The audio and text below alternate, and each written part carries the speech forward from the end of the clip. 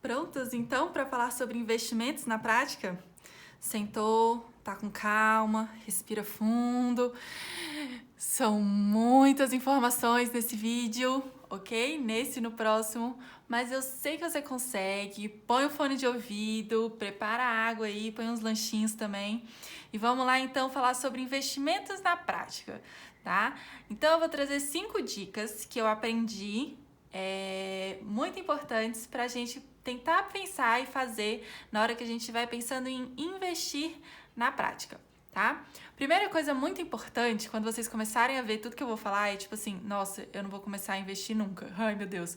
Ou então, eu vou ter que estudar horrores ainda para eu começar a investir e me sentir mais segura. Algumas de vocês, eu já tive esses momentos várias vezes agora durante essa jornada da desfudência. Então, primeira dica importante é nunca. Qual é o momento ideal, então, para você começar a investir? O momento ideal para você começar a investir é hoje, tá? Talvez a gente olhe e fale assim, meu Deus, o que está acontecendo no mundo? Será que é o momento realmente ideal? Então eu vou esperar isso aqui tudo passar, eu vou esperar eu estar mais segura, mais confiante para estudar, para investir de verdade. Não, o momento ideal é hoje, mesmo que você comece aos poucos, tá? E tem várias formas de começar aos poucos. Para você se sentir cada vez mais confiante, uma dica importante que eu comecei a usar e tem sido muito legal porque tem me dado mais segurança e mais ferramentas, né? É ler um caderno econômico diário, pelo menos um. Escolhe um da Globo, do Exame, do Valor Econômico, tem vários hoje em dia que tem um caderno econômico muito bom. Ou até mesmo na sua corretora. A minha corretora, eu tô gostando da Rico, porque todo dia de manhã eles mandam um relatório dos principais acontecimentos do dia anterior e quais são as expectativas do mercado para o dia de hoje. E aí traz uns insights e tudo mais, então eu tô gostando, porque daí eu tô aprendendo coisas novas todo dia e tô me familiarizando cada vez mais com os temas. E aí você consegue acompanhar o cenário atual e entendendo as coisas como elas são, tá?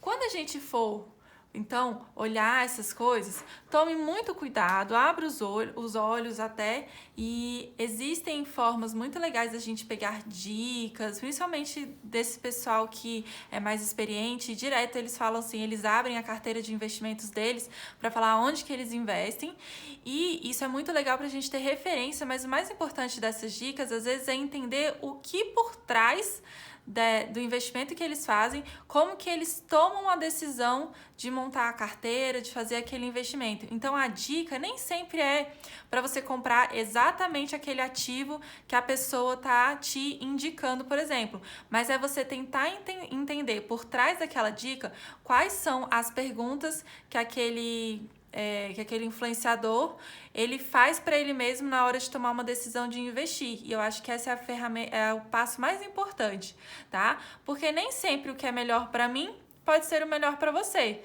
porque temos objetivos diferentes, temos prazos diferentes, temos perfis de investimentos diferentes, tá? Então, acho que o mais legal é pegar, por exemplo, uma Natália Arcuri da vida ou aquele Thiago Nigro dos investimentos, ele abre a carteira de investimento dele para as pessoas. E ele abre mesmo, ele fala exatamente aonde que ele investe e se você quiser copiar a carteira dele, você pode até copiar. Mas eu acho que interessante é saber por que ele escolhe aqueles ativos, por que ele toma aquelas decisões, quando ele toma a decisão de tirar alguma coisa, por quê? E aí você vai entendendo como que essas pessoas tomam as decisões, que eu acho que é o mais importante. E aí, então, é ter a rotina de ficar de olho nos produtos periodicamente, que é o quê? É abrir sua corretora de valores todos os dias, ou a cada 3 dias, ou semanalmente. Tem gente que indica abrir todos os dias, porque vão ter produtos diferentes. Mas tem gente que fala para abrir só uma vez por semana. Por quê? Porque às vezes a gente está lá juntando um dinheirinho, por exemplo, no Nubank, eu ainda não tenho o aporte mínimo para fazer um investimento maior, um investimento melhor, né? E aí eu tô querendo juntar um pouquinho mais no Nubank para poder fazer um investimento maior. E aí você tem que ficar de olho na corretora, por quê? Porque daí você vai vendo os produtos que estão aparecendo, já vai conseguindo comparar. E aí, na hora que aparecer um investimento realmente muito bom, com uma taxa de juros boa, um prazo bom, que está dentro ali dos seus objetivos, você já sabe na hora identificar que aquele investimento é bom para você. Tá? Ou então, apareceu um investimento legal, você ainda não tinha aquele dinheirinho ali, você tenta tirar de algum lugar para talvez botar ali e não perder a oportunidade. Então é legal ficar sempre de olho nos produtos de forma periódica, tá?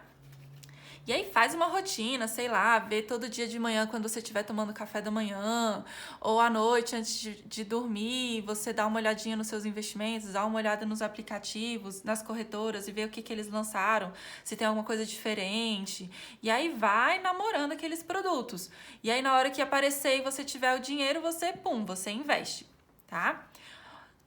Quarta dica, você vai errar. A quarta dica é que a gente vai errar. Eu já errei, eu vou continuar errando, se eu ficar sempre com medo de errar, eu vou acabar fazendo nada.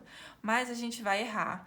O ideal é que a gente tenha consciência de continuar estudando para daqui a pouco ir errando menos. A Natália Arcuri, ela tem um vídeo muito legal no canal dela do Me Poupe, que são os 5 maiores erros que ela já fez. Então, tipo assim, ela já entrou em título de capitalização, ela já fez previdência privada errada, ela já fez vários investimentos errados até ela ir aprendendo e hoje em dia ter mais consciência, tá? Se você for investir na renda variável, uma coisa que eles sugerem é você ter sempre um limite de lucro e de perda na renda variável. Quando passar daquele limite, você está lá acompanhando, deu ruim, tira e vende seu ativo, né? Então, sempre tem um limite de lucro e de perda quando você começar a investir em renda variável. E sem medo, começa pequeno, vai ali aos pouquinhos, e aí na hora que, perdi, meu limite é perder R$20. Na hora que você perder R$20, você sai. E aí, quando você for criando confiança, você vai continuar estudando e tudo mais, e aí as coisas vão ficando mais fáceis, tá? E então, quando você for tomar as decisões, eu quero fazer um investimento, eu vou investir, vou entrar ali na minha corretora para ver aonde que eu vou investir. Então, primeiro, sempre defina o prazo do investimento. Você já sabe que aquele dinheiro que você vai investir é para meta de 1 ano e meio. Então, a primeira coisa que quando a gente entra na corretora é colocar lá nos filtros, eu já sei que eu quero comprar um título de renda fixa, quero fazer um investimento em renda fixa. Então, eu vou filtrar aqui e a primeira coisa que eu vou fazer é definir o prazo. Então, o prazo é que eu preciso desse dinheiro para daqui 1 ano e meio. Então, eles vão mostrar os produtos para daqui 1 ano e meio. Eu já tenho um valorzinho ali que eu tenho. Eu tenho R$1.000 agora. Então, você já pode filtrar na própria corretora qual é o valor do produto. E aí vai aparecer uma lista de produtos e você vai comparar, então, qualidade do banco, a qualidade do produto. No aplicativo Yubi Renda Fixa, ele já faz a comparação entre várias corretoras diferentes. Então, eu tenho utilizado ela para me familiarizar com as corretoras e lá já tem o rating, né, dos bancos para saber qual é a qualidade e a segurança daquele banco. Lembrando que, normalmente, os bancos menores são os menos conhecidos e que, às vezes, nem sempre tem um rating tão bom, eles são os que pagam as taxas de juros, às vezes, mais altas. Então, por isso que é bom você se conhecer para falar assim, será que eu quero, para esse dinheirinho, correr um pouquinho mais? Não é nenhum risco, porque vai estar garantido pelo FGC também, né? Na renda fixa, por exemplo. Então, eu quero me dar uma arriscada aqui, vou pegar um banco que não tem um rate tão bom, mas tem uma taxa de juros super boa. Então, é saber isso também se conhecendo os bancos, conhecendo os produtos, e sabendo ali, tá, renda fixa tem FGC? Beleza, tá? Normalmente, os bancos menores, eles pagam taxas de juros melhores. Então, beleza. Passamos aqui pelas 5 dicas. O que eu quero trazer para vocês agora? Eu vou trazer um resumo que eu fiz para mim, tá? Deixa eu enquadrar aqui direitinho. Então, esse resuminho aqui eu fiz para facilitar um pouco a minha vida. E aí eu vou apresentar ele um pouquinho para vocês. Então, aqui, lá na jornada, eles pegaram eu fui aprendendo todos os tipos de investimento, né? E lá agora no final, na hora de aprender a montar a carteira, eles dividiram todos os tipos de ativos por 6 riscos. Aqui nessa primeira página tem os ativos de risco 1, risco 2 e risco 3. No próximo vídeo eu vou mostrar o risco 4, 5, 6. Então eles dividiram os investimentos em 6 tipos de risco. Para cada tipo de risco, você pode dividir os seus investimentos de acordo também com as suas metas. E eles trazem sugestões de percentual de quanto você alocar. Por exemplo, para uma meta de médio prazo, você colocar X% do investimento num risco 2, X% no risco 3, X% no risco 4. Mas assim, é muita informação e eu acho que para quem quer essa informação, acho que vale a pena se aprofundar no próprio curso e tudo mais. Então aqui eu vou trazer só um resumo que eu fiz para facilitar a minha vida. Então, de acordo com o risco, por exemplo, o risco 1, ele é indicado para investimentos que você tem de curto prazo, de 4 meses até 1 ano e meio, tá? O risco 2, ele também pode servir para investimentos de 4 meses, mas ele vai até investimentos para metas de 5 anos. Então, se eu tenho lá que eu quero fazer uma viagem daqui a 1 ano, eu posso colocar uma parte desse dinheiro, investir uma parte desse dinheiro em investimentos do tipo de risco 1 e uma parte desse dinheiro em investimentos do tipo de risco 2. Entendeu? Então, é mais ou menos essa separação que eles vão fazendo e você vai tentando dividir para não ficar também tudo só num pote só. Às vezes vai ficar rendendo pouco, você pode pegar uma parte menor daquele dinheiro e investir num fundo melhor, que vai render um pouquinho mais para te ajudar a chegar naquele objetivo mais rápido. Então aqui, o risco 1, de 4 até 1 ano e meio. Risco 2, investimentos para metas de 4 meses até 5 anos. Risco 3, aqui já são para investimentos de 1 ano e meio, metas de 1 ano e meio até 10 anos. Então, aqui eu também vou ter metas de 5 anos, de 3 anos, eu posso ir dividindo e alocando, tá? Então, vamos entender aqui primeiro o risco 1. O risco, para entender esse risco, ele é avaliado por 3 tipos de risco básico, tá? Eu posso ter o risco de crédito, o investimento ele pode ter risco de crédito, que é o quê? Calote, que é o do banco te dar um calote, ele quebrar e não te devolver aquele dinheiro. Eu posso ter o risco de mercado, que é quando eu tenho um investimento que é influenciado por taxas ou índices de referência, tipo Selic, CDI, ou então na renda variável, quando eu tenho um investimento que é influenciado pelo Ibovespa. Então, uma taxa de referência, ela vai me dar. Eu posso ter um investimento que tem um risco de mercado. Ele vai render mais ou menos por causa daquele índice de referência. E eu tenho o risco de liquidez, que é o risco daquele investimento, daquele dinheiro ficar preso quando eu precisar. Então, todos esses riscos, eles são avaliados e por isso que eles dividem em até 6 tipos de risco na jornada da Desfudência, com a Natália, tá? Então, isso aqui foi o que eu aprendi no curso. Então, os 3 riscos. Então, vamos lá. O primeiro tipo de investimento aqui desse conjunto aqui é o Tesouro Selic.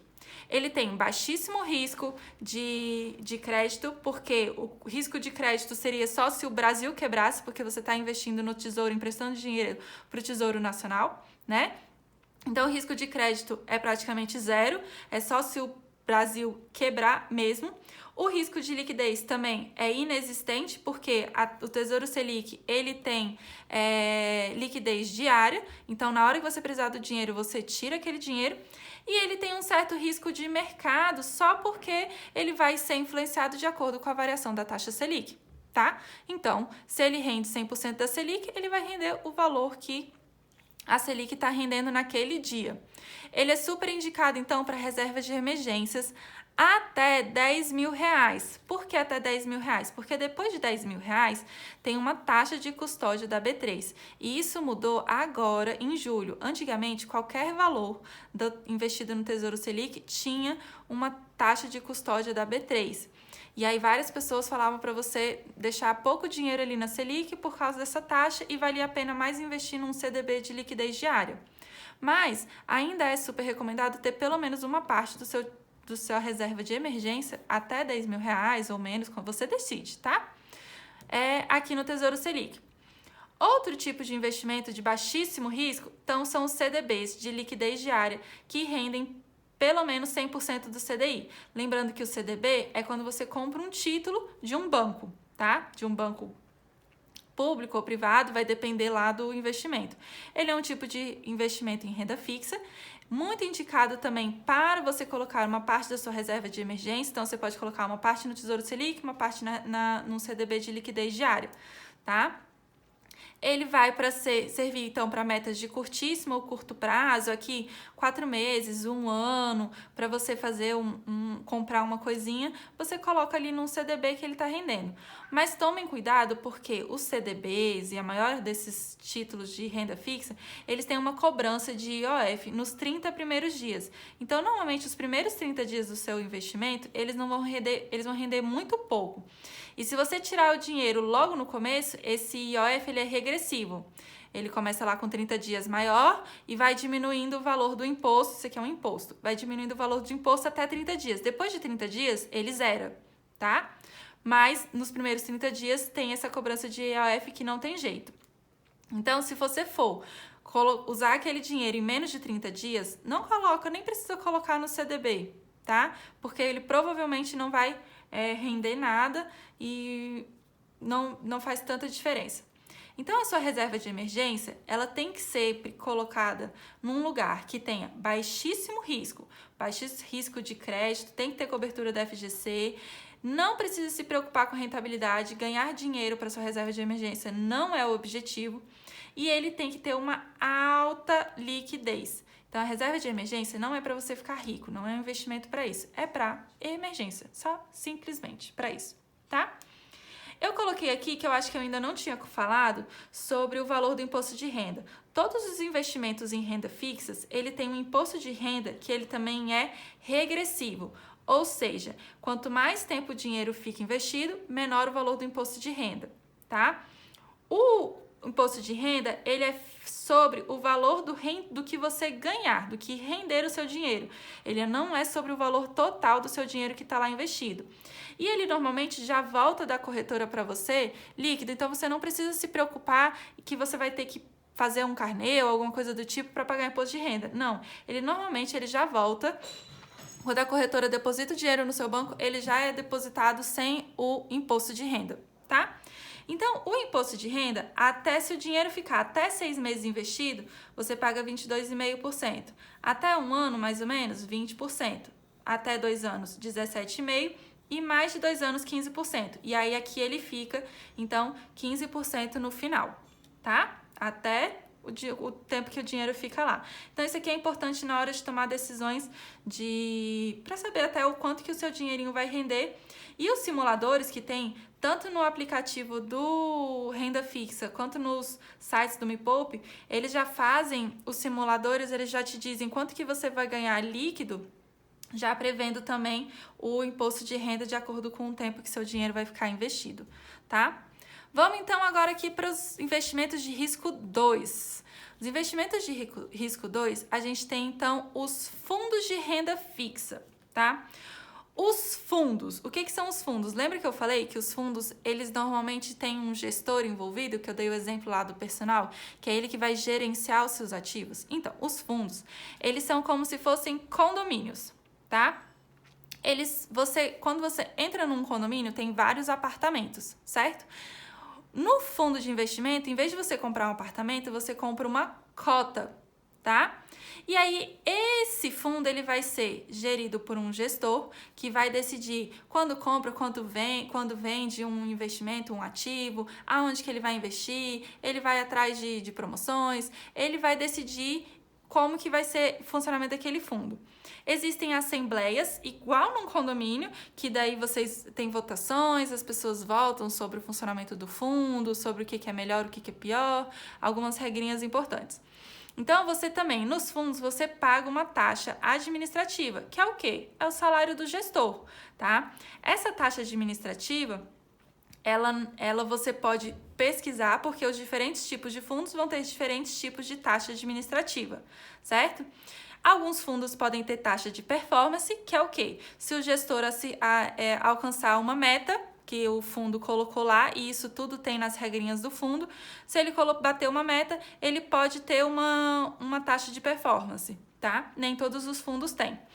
E uma coisa muito importante que a gente tem que acompanhar, então, quando vai entrar num fundo, e depois que você já entrou, é aprender a olhar a lâmina. A lâmina é como se fosse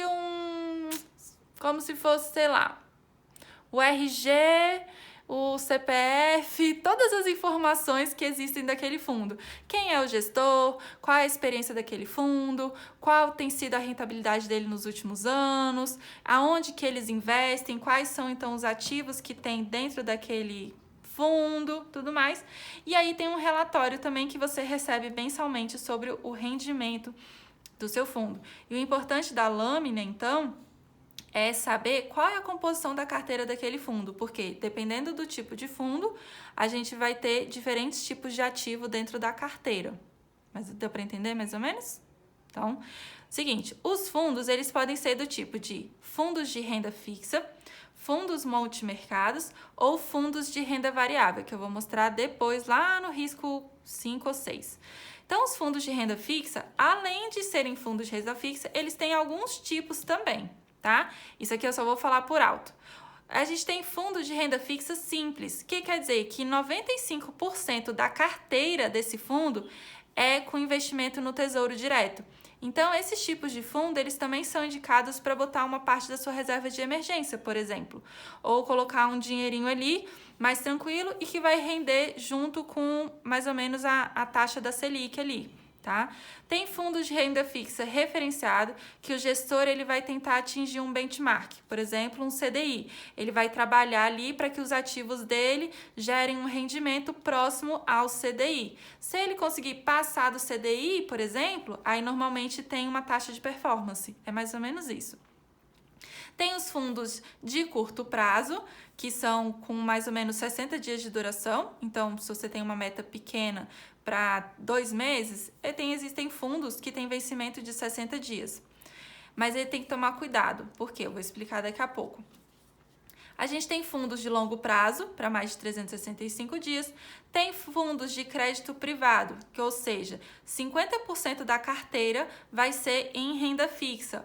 O restante, o gestor do fundo pode decidir investir em ativos na Bolsa de Valores, em fundos imobiliários. Ele pode decidir o que ele quiser. Com os outros 50, 60, tanto faz. Ele vai decidir como que ele vai montar a carteira dele daquele fundo, entendeu?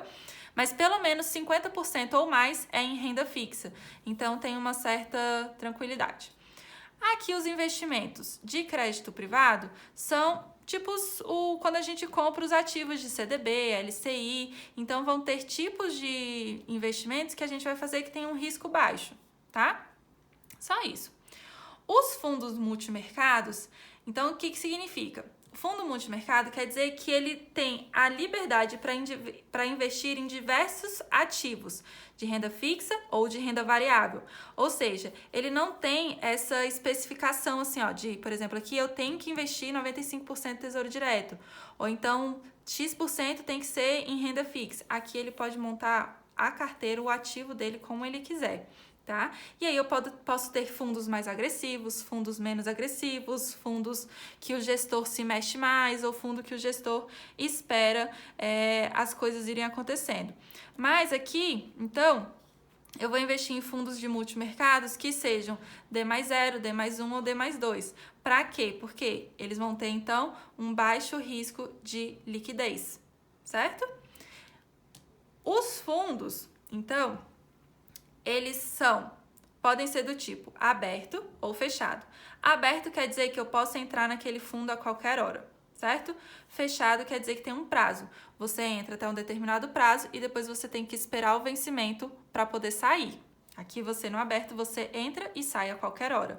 Então isso aqui é bom você cuidar, porque você pode ter problemas se você entrar num fechado e resolver sair antes. Você pode ter um risco de mercado de perder dinheiro se você tentar sair antes, porque não é que você é proibido de sair antes, você pode até tentar vender a sua cota para alguém, tá? Lembra que eu falei que a gente compra cota? Você pode tentar vender sua cota para alguém. Só que nesse processo, pode ser que a sua cota esteja valendo menos, porque as cotas, elas são valorizadas ou desvalorizadas. E aí é nisso que você pode ter um risco de mercado. O fundo ele pode ser ativo ou passivo, vai depender do perfil do gestor. E os gestores eles podem mudar. Então, aqui a gente tem que, o legal quando você entra num fundo é que nem quando você tem um condomínio. Você vai cuidar do seu síndico, né? O que seu síndico está fazendo pelo seu condomínio? É a mesma coisa. Então, você vai acompanhando para ver o que ele está fazendo, tá?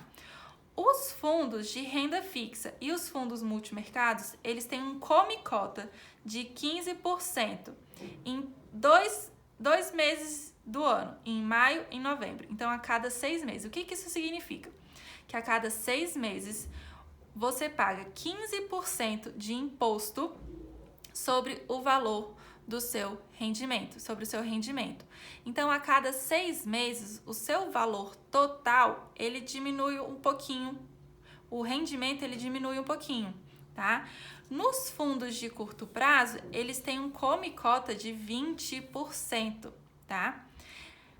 Isso aqui quer dizer, então, que eu vou pagar 15% e depois mais o imposto de renda? Não. Quer dizer que você já vai pagar, por exemplo, 15% aqui. E dependendo de quando você for sair, se você ainda tiver que pagar um imposto de renda de, por exemplo, 20%, que você ficou só até um ano, na verdade você já pagou 15%, você só vai pagar mais 5% de imposto de renda sobre o rendimento, tá? É isso que quer dizer. A única coisa, observação, é isso. Se eu ganhei ali no meu investimento, eu ganhei R$200 de rendimento, o meu come-cota vai tirar 15%. O meu montante final que está rendendo ali, ele é diminuído um pouquinho a cada 6 meses, tá? Observações importantes sobre os fundos. Os fundos, eles não têm garantia de FGC, tá? Mas o risco de crédito dele, que seria por não ter a cobertura da FGC, ele pode ser observado pela longevidade do fundo. Então, normalmente, assim, pela segurança ou até mesmo pelo tipo do banco, a categoria do banco, se é um banco confiável, um banco de muitos anos e tudo mais, você pode ter a segurança. Por isso que ele ainda está aqui dentro do risco 2, tá? Porque tem muitos fundos hoje em dia com longevidades muito boas, tá? Outra observação importante é a taxa de administração, ela é descontada diariamente. Assim como você rende, o seu dinheirinho rende lá todos os dias, ele rende todos os dias por causa do trabalho do gestor todos os dias. Então, o gestor, ele ganha a taxa de administração diariamente. E aqui a taxa de administração é sobre o valor todo, não é só sobre o seu rendimento, tá? Por isso que é importante você saber o valor da taxa de administração daquele fundo e comparar, porque isso aqui vai fazer diferença, tá? Mas quando você lê lá na lâmina a rentabilidade daquele fundo, a rentabilidade ela já é descontada da taxa de administração. Então, ela já é líquida, a rentabilidade, digamos assim, tá? Você não precisa... esse aqui tá falando que tem rentabilidade de 105% do CDI, mas a taxa de administração é de 0,30%. Nesse daqui, a rentabilidade é de 100% do CDI, mas a taxa de administração é de 0,4%. Qual dos dois que é melhor? Não precisa fazer essa comparação. A rentabilidade já é, digamos assim, líquida, tá? Já é descontada o valor da taxa de administração. Mas é bom você saber qual é esse valor, certo? Vamos então para os ativos investimentos do tipo de risco 3. Porque eles são, então, indicados para quando você tem metas de 1 ano e meio até 10 anos. Lembrando, então, que aqui eu posso ter metas de 3, de 4, que aí uma parte vai estar aqui, uma parte pode estar aqui, né? Aqui são os ativos do tesouro, outros tipos de tesouro direto. Aqui a gente colocou só o Tesouro Selic. Quais são, então, os outros tipos de tesouro de ativos que tem o Tesouro Direto? A gente tem os tesouros pré-fixados, lembra? Que ele já te diz exatamente qual é a taxa de juros que você vai ganhar sobre aquele investimento? Pois é, tem os tesouros pré-fixados. Tem os tesouros pré-fixados mais pós-fixados, que são aqueles híbridos que eles chamam, que eles vão usar um indicador, por exemplo, tem vários lá, tem um Tesouro Direto IPCA 2035. Isso quer dizer, então, que ele tem uma taxa de juros que é pré-fixada de 9%, mais uma taxa que você não vai saber, porque ela vai variar de acordo com o índice do IPCA. Esses investimentos, eles são legais para você pensar, para começar a montar sua aposentadoria ou investimentos de longo prazo. Por quê? Porque o seu dinheiro ele vai estar sendo corrigido com a inflação. Ele não vai estar perdendo valor. Lembra que a gente falou sobre isso no último vídeo? Pois é. Então, são esses tipos de investimento. E eu tenho tesouro mais juros semestrais. São tesouros longos, mas que eles pagam taxas de juros a cada 6 meses você já recebe um rendimento. Então, a gente tem esses tipos de rendimento no tesouro direto. Quais são os riscos aqui? Eu não tenho risco de crédito, porque tem FGC. Alguns deles podem ter risco de liquidez, se você não tomar cuidado com o tipo de liquidez escolhida, né? Então, tem que observar lá na hora de escolher o produto, qual é a liquidez daquele ativo. E eles podem ter risco de mercado. Por quê? Porque normalmente esses investimentos, eles são mais de longo prazo. Então, você tem que deixar o seu dinheirinho até a data do vencimento. Então, se ele fala que, por exemplo, aquele Tesouro IPCA 2035, a data do vencimento dele é lá em 2035. Se você tiver que vender o seu título antes, que você pode também, você corre o risco de perder um pouco de dinheiro, talvez, se você vender antes do vencimento. O ideal é escolher esse investimentozinho aqui e deixar o dinheiro lá e só aí ele vai ser na data do vencimento, quando terminar aquele título, aí você vai receber o seu dinheirinho bonitinho, com juros, já descontado imposto de renda, aquela coisa linda, maravilhosa. Beleza? Então, esses foram os 3 tipos, os 3 primeiros. A gente vai passar, então, para os próximos de risco 4, 5 e 6 no próximo vídeo. Bora lá?